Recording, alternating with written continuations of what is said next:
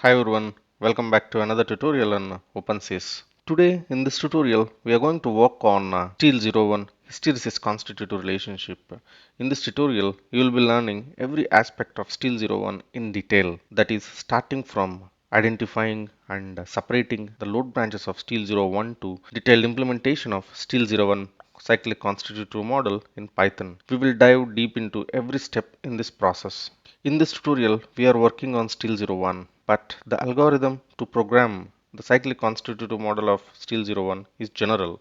You can use it for any cyclic constitutive model like Steel02, Concrete01, Concrete02, Stereotic Steel, etc. You can use this algorithm for any constitutive model. Before we dive deep into today's tutorial, I have a small request. We put a lot of effort for creating these informative and engaging tutorials for you. If you like our content, please subscribe to our channel. Your subscription means a lot to us and it really motivates us to create more useful tutorials like this. Let's dive into today's tutorial. I have divided this tutorial into 4 sections and you will find all these 4 sections in this video only, no separate videos. So don't skip the video. Every section is very important to get the complete picture of Steel01 cyclic constitutive model. Here in the first section, we will discretize the entire cyclic constitutive model into separate load branches. In the second, we will understand the equations involved in evaluating the stress in each load branch. And in third section, we will study the loading, unloading and reloading flow in each load branch. Understanding this flow is very important for implementing in the code. Finally, we will implement this loading, unloading and reloading flow in Python. That's it. Let's start the first section. This is the actual cyclic constitutive relationship of Steel01 that is displayed in OpenSees website. So if you look at here, it has 4 load branches that is shown here. The first one is starting from here to here. Second one starts from here to and it goes to any strain value. And third one it starts from here and it ends at here. And the fourth one it starts at here and it goes like this, just like this load branch. This load branch and this load branch are same, and this load branch are same in the sense the peak point value and the slopes of all these lines are same. The slope of this line is E0, that is Young's modulus of steel, and the slope of this line is B times E0. And 2 more load branches are there in this constitutive model. They are invisible. They come into picture only when you reload or unload. For example, you started it here and you went up to this point and then you started to move in this direction. And for example, if you would like to unload from this particular load branch, then a new load branch will start in this direction like this. So this is the unloading load branch. I'm calling it load branch number 3. Similarly, when you are traveling in this load branch, for example, if you want to reload from this particular load branch, so you will get this reloading load branch, calling this load branch as load branch number 6. So these are all the load branches involved in Steel01. The first one starts from here and ends up to here. So this point AP is the epsilon y and Fy. These are the yield strain and yield stress values. And this is the second load branch. And this BP epsilon r Fr. So this is the point of unloading. This is the point of unloading in this branch, but in general you can call it as point of reversal because there is a point at which the strain starts moving in the back direction, the unloading direction here, and here it is the reloading direction. So the P subscript refers to the positive. So here this axis is a positive axis, this axis is negative axis. So you will have to give these 2 points in negative here. You will have to give these 2 points as positive here. And the input parameters that we need to provide in this constitutive model are the yield stress value and the Young's modulus value and this B value. This B value is called strain hardening ratio. We multiply this Young's modulus with this B to get the slope of this line. Let's look at how the equations of each load branch is evaluated. So we have 6 load branches here, that is 1, 2, 3, 4, 5 and 6. So the first branch, second branch and third branch are mirror images to this fourth, 5 and 6. That means, so the equation for 1 and 4 are same, the equations for 2 and 5 are same, and the equations for 3 and 6 are same. So let's look at the equation for load branch number 1. Load branch number 1 starts at here, that is 0, 0, and goes up to yield strain, yield stress, that is epsilon y, fy. So the equation of the line joining 2 points, of which one is 0, 0 point. So then the equation of that line is represented as y is equals to mx, and here y is the stress at any point. I'm calling it as Fs, and m is the slope of the line, that is Young's modulus. I'm calling it as Es, and this is the strain at any point. So for a given strain, you have to use this equation for evaluating the stress in this load branch. And when we move to second load branch, the line equation of this second load branch is a little tricky, because we know only one point in this line, that is epsilon y, fy, and we know the slope of this line. Slope of this line is b times epsilon s. When you know any one point on the line and the slope of that line, we use this equation to find the y2 value, means the y coordinate of the second point on that line given the x coordinate of that point. So here y2 and x2 represents the stress and strains at any given points, and x1 comma y1 represents the strain and the stresses at yield points. So I just put this terms in this equation. So you have got like fs minus fy is equals to b times es times epsilon s minus epsilon y. I'm just taking this fy to the other side, so we will get this fs is equals to fy plus b times es times epsilon s minus epsilon y. So we use this equation to find the stress at any point on load branch number 2. Similarly, if we started unloading from any point on this load branch number 2, then only this load branch number 3 will appear. So generally this load branch number 3 will come only in the cyclic type of loadings. So if you are going only in the monotonic pushover direction, so you will just go in this direction only. So in that times all you will see is first and second load branches. Third load branch will not occur in cases of monotonic pushovers. This third load branch will occur only in the cyclic loading situations where you have unloading and reloadings. So whenever you started unloading from this load branch number 2, you have to store that point of reversal. I'm calling it as BP here, that is epsilon r comma fr. You have to store that, and we use this point as the known point to find the stress for the given strain on this load branch number 3, that is this. So same equation, we are changing this fy and epsilon y to fr and epsilon r, and the slope of this line is same as this slope of this load branch number 1, that is es. These three equations, this one and this one and this one, are the main equations in this Steel01 constitutive model. The equation for 1 and 4 is this. The equation for 2 and 5 is this.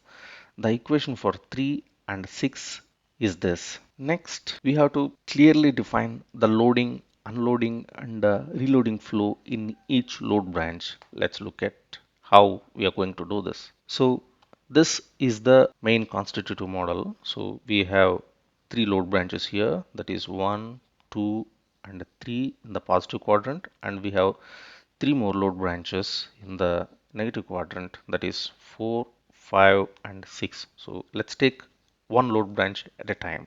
So let's take this first load branch. So first load branch starts at 0, 0 and goes up to epsilon y, fy. So if you are loading or unloading in this load branch, so you just have to use the same equation, that is this fs is equals to es times epsilon s. But if you are loading in this load branch in such a way that the strain applied is greater than this yield strain, then we are not eligible to evaluate the stress in this line. We have to move into this load branch, and we have to use the equation for load branch number 2 to evaluate the stress for the given strain. For example, if you started unloading in load branch number 1, means instead of going in this direction, if you'd like to go in this direction, you can use the line equation for load branch number 1 up to 0, 0. If you started increasing the strain in the negative direction, then you have to use the equation for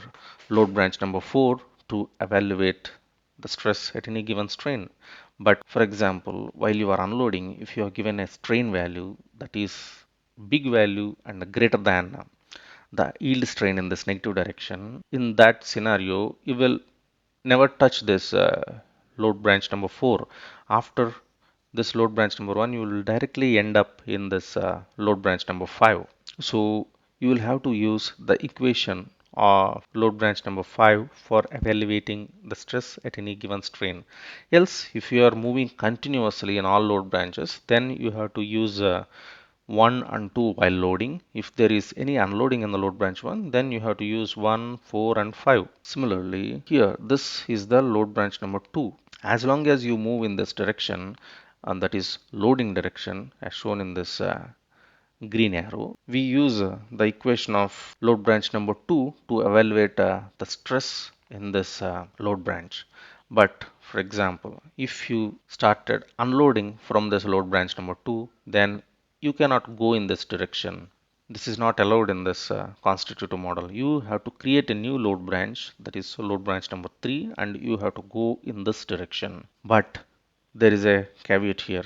You cannot go till infinity in this direction, because you can go only up to this point in this load branch number 3, and this load branch is evaluated based on two equations. First, you have to evaluate the stress at any given strain using this line equation number 3, and also you have to evaluate the stress at any given point using this line equation number 5, load branch number 5. So if the stress that you get from load branch number 3 is greater than the stress that you get from load branch number 5, then it means the curve is shifting from load branch number 3 to load branch number 5. You cannot use the stress value that you have obtained from load branch number 3.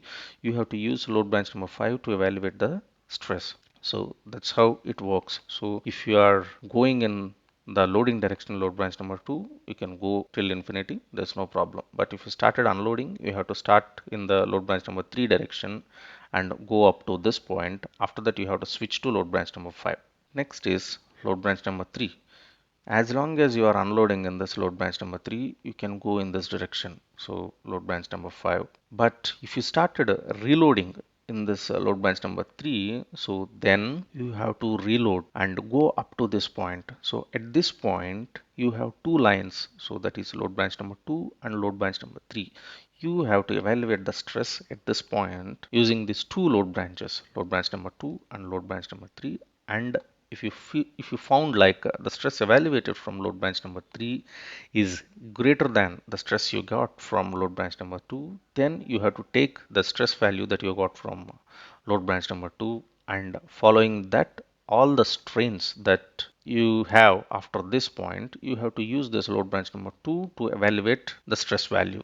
Similarly, when you are unloading in this direction, so here at this point of intersection, you have two lines, that is load branch number 5 and load branch number 3. You have to evaluate the stress for the given strain using this two load branches, that is load branch number 3 and load branch number 5. And if you find like the stress value that you got from load branch number 3 is more than the stress value that you have got from load branch number 5, then you have to use the stress value obtained from load branch number 5. And after that, for all the strains beyond this point of intersection in the unloading direction, then you have to use this load branch number 5. Similarly, load branch number 4 follows the flow of load branch number 1. Just like the load branch number 2, the load branch number 5 follows the flow of load branch number 2. So it means here, as long as you are unloading in this direction, you can move in this load branch number 5 direction. But if you started reloading from load branch number 5, then you have to use the equation for line number 6. up to this point. Beyond that, you have to use the equation for line number 2. Similar to the load branch number 3, load branch number 6 follows the same load flow that you have got in this load branch number 3. So means as long as you are reloading in load branch number 6, then you can go up to this point. Beyond that, you have to use load branch number 2. If you started unloading in this load branch number 6 again, then you have to use load branch number 6 up to this point, and then you have to use load branch number 5 after this point. This is how we identify the loading, unloading, and reloading flows in the cyclic constitutive models. Let's look at the detailed implementation of this load flow in Python. This is very exciting. This is the program for modeling the cyclic constitutive relationship in Python. So as I shown in the PPT, these are the equations for load branches. This is the equation for load branch number 1. As I said, it takes two values, that is strain at any given point and the Young's modulus value, and using this equation it evaluates the stress at any point, that is stress I, and returns that value. Similarly, load branch number 2 uses this equation to evaluate the stress at any given point for these given values. Similarly, this is the equation for load branch number 3, and load branch number 4, 5 and 6 follows the equations for load branch number 1, 2 and 3. If you look at here in load branch number 2, we are passing this Fy and epsilon y, but in load branch number 3, we are passing a Fr and epsilon r. These are reversal points. Note the difference.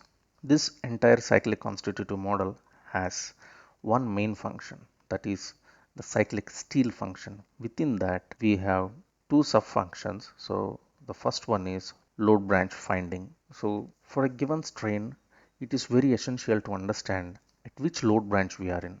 So it means for a given strain, we have to understand where we are in this load branches. For example, we are here, we use one type of equation. If we are here, we will use another type of equation. So we have to identify where we are.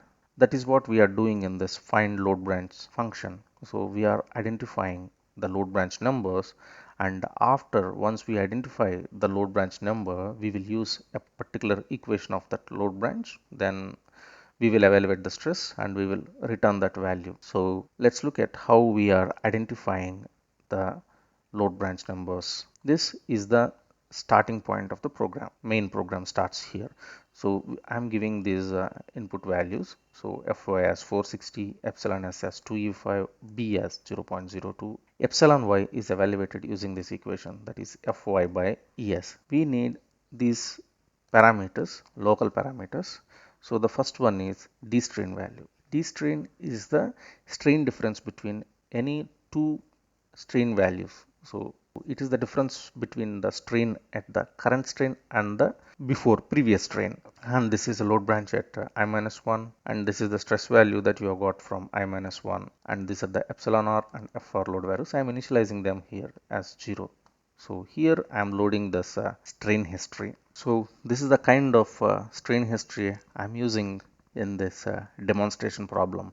This I have randomly created. I am loading that strain history into this program, and I just created some arrays of stress history, load branch history and de-strain history. I am initializing them to zeros here, and the lengths of this newly created arrays I am taking it as the length of the strain history. We are starting the main loop. We run this loop for all the strains that we have in this strain history. So we will take one strain at a time and we evaluate the stress at that strain. So one step at a time. So what we are going to do is, so for this given strain, we are evaluating the d-strain value. So d-strain basically is the difference between current strain and the strain in the previous step. So if you're starting in the first, so you don't have that previous strain. So that's why I'm skipping this thing. I have initialized this d-strain to 0 at first. And then if the step value is greater than 2, then we evaluate this d-strain value using this equation, that is strain I minus strain hist I minus 1. Similarly, we get the load branch I minus 1 from this load branch history.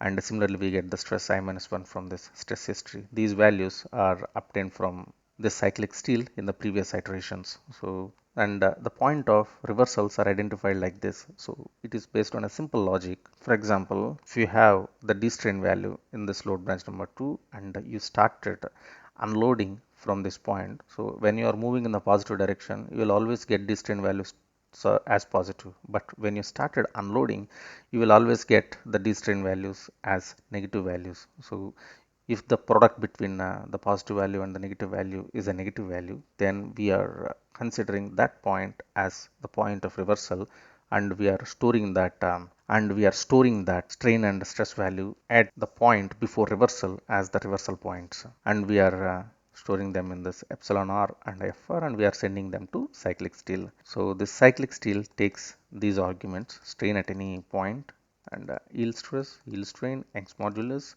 strain hardening ratio, epsilon r, fr, and D-strain, load branch number, and stress value. So if you look at what is happening in this cyclic steel, so this cyclic steel here we are evaluating the load branch number. If the D-strain value is greater than 0, means D-strain has 0 only at the starting point. After that it either have positive values or either have negative values, but never zeros, because loading and reloading always happens. But at the first step we don't have anything, that we are initializing it as 0.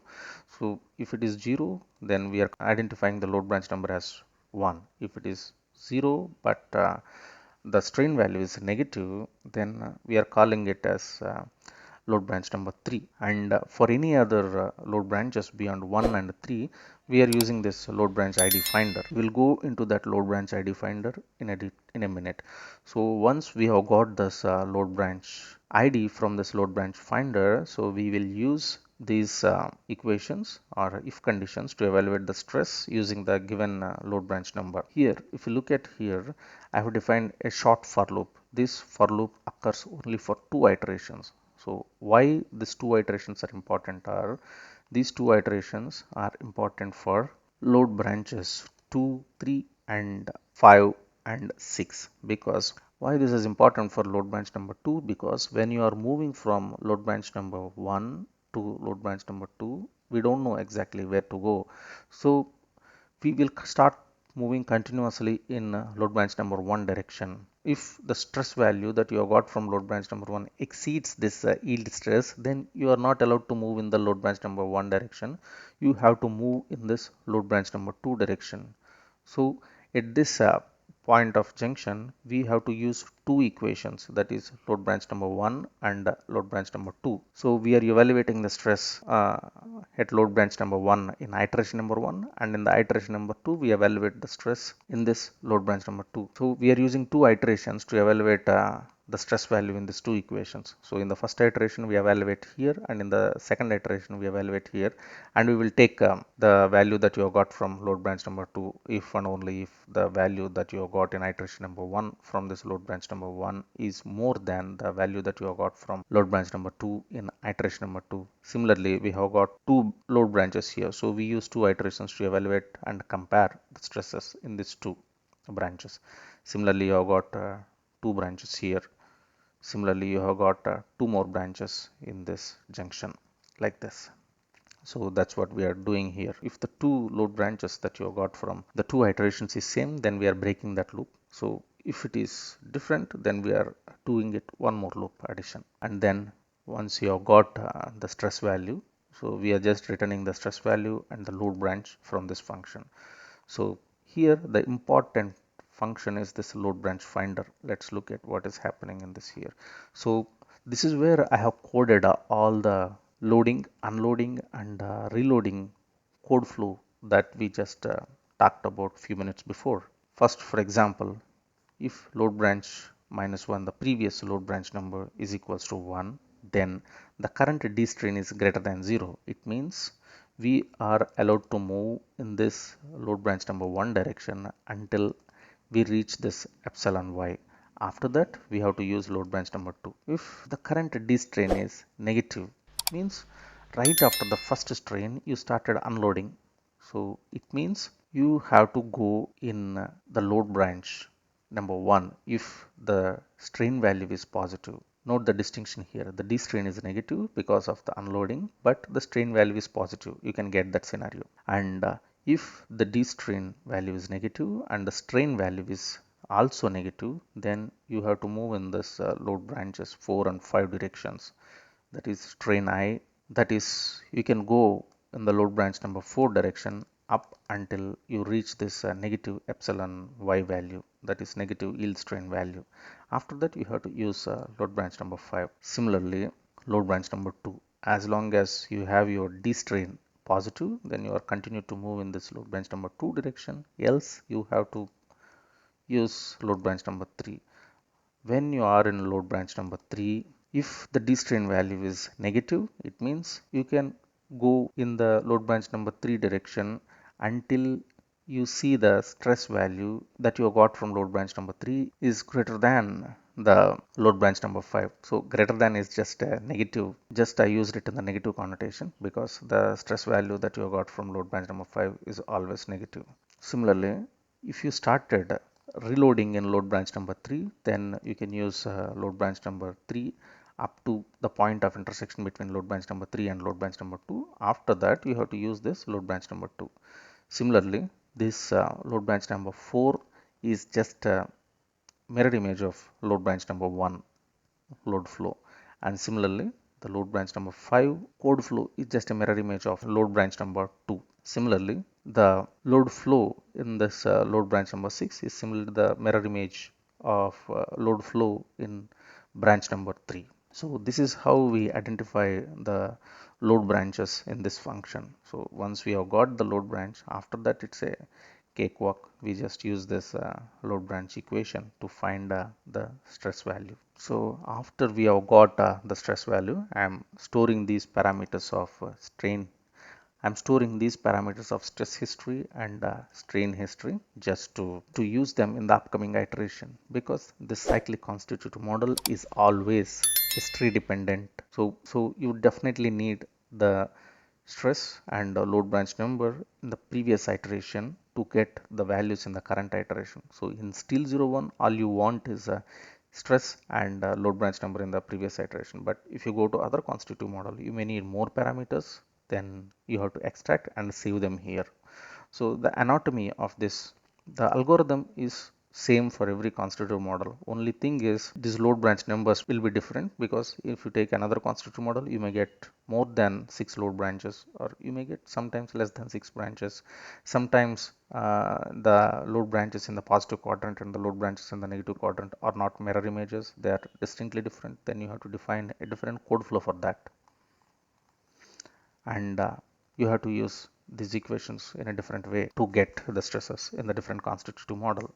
But the overall logic and the overall anatomy of this code is same in every constitutive model. These are the stress strain values that you have got from the original Steel01 constitutive model. I have extracted these from the original C++ code using a technique that I told in my previous tutorial, just this one. So just take a look at this tutorial to get the stress strain values. So the stress values for a given strain value. So I have just stored them in my previous tutorial for my future purposes. So I'm using the same here. I'm just loading it here for reference. I'm not doing any calculations using those old values. So I'm just using that for reference values, because the stress strain value that we got from this Python constitutive relationship is correct or not. Just to verify that, I am using those values. So just load them here and store it in this variable strain and stress, and then just plot them. Once you plot them, you have got these things. The red line represents the stress strain values that you have got from the C++, and the blue line represents the stress strain values that you have got from the Python. So if you look at here, the stress strain values are same. The stress values evaluated for the given strain values in this Python are same with respect to this C++ stress strain value. So this is how we program the cyclic constitutive model. So just to get a clear picture of what is happening in this Python file, I have taken some random strain values within this strain profile just to see how the unloading and reloading are happening. So I have taken some random strain values represented by using this red dots here, here, here, here, like that. And I have evaluated the stress using the code, and then I copied them here in this Excel sheet. So for example, this strain. first strain value is 9.66 E times minus 6. So at this point, we don't have any reversal stress or reversal strains. So we are treating them as 0. And this is using this load branch number 1 for evaluating the stress. And this is the stress equation. And this is the stress value that you have got. Similarly, this second strain also uses this load branch number 1 to evaluate the stress value. But if you look at the third strain, so that is 0.0053, that is greater than our yield strain, that is 0.0023. So we have to use load branch number 2. So that is what it is using here. So load branch number 2 is used using this equation, and this is the stress value that you have got. And after load branch number 2, we started unloading in this load point strain number 4, that is minus 0.0013, and we don't know, because when we started unloading from load branch number 2, the strain value is reasonable after this point. Then we use this load branch number 3. If the strain value is beyond this point in this direction, then we have to use load branch number 5. That's what it is doing here. It seems like the program identified the point of intersection, and then it compared the stress value that you got from load branch number 3 and load branch number 5, and found like the stress value that you got from load branch number 3 is greater than the stress value that you got from load branch number 5. So that's why it is using that is not allowed, because we cannot move in this direction. So since we have to shift from load branch number 3 to load branch number 5 here, so it is using load branch number 5, and we are using this equation for load branch number 5. Load branch number 5 equation is also similar to load branch number 2, but in the negative direction, and this is the stress value that you got. And after that, it seems like you started reloading again from this load branch number 5. So we enter into load branch number 6. So we are using this equation number 6 here. If you look at here, it is using the reversal points, that is the points at this Pn, that is epsilon r and Fr.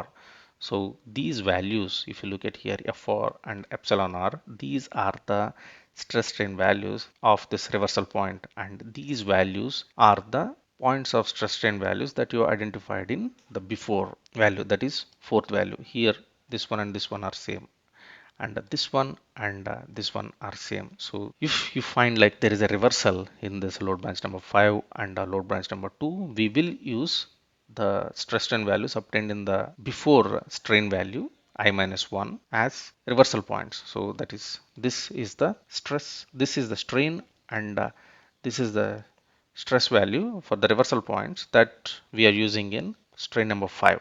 So similarly, we go on continuously. So I have just evaluated only 42 strains for demonstration purposes. Hope this tutorial helped you get some understanding about what is happening in Steel01 and how to program Steel01 Python or in your own way. In future, we will also look at the constitutive models of Concrete 01, Concrete 02, etc. in detail, just like this. So if you like this tutorial, so just hit the subscribe button. If you have any questions or suggestions, we recommend you to please write them in the comment section below the video. If you like our content, please hit the like button and subscribe to our channel. Happy learning. Thank you.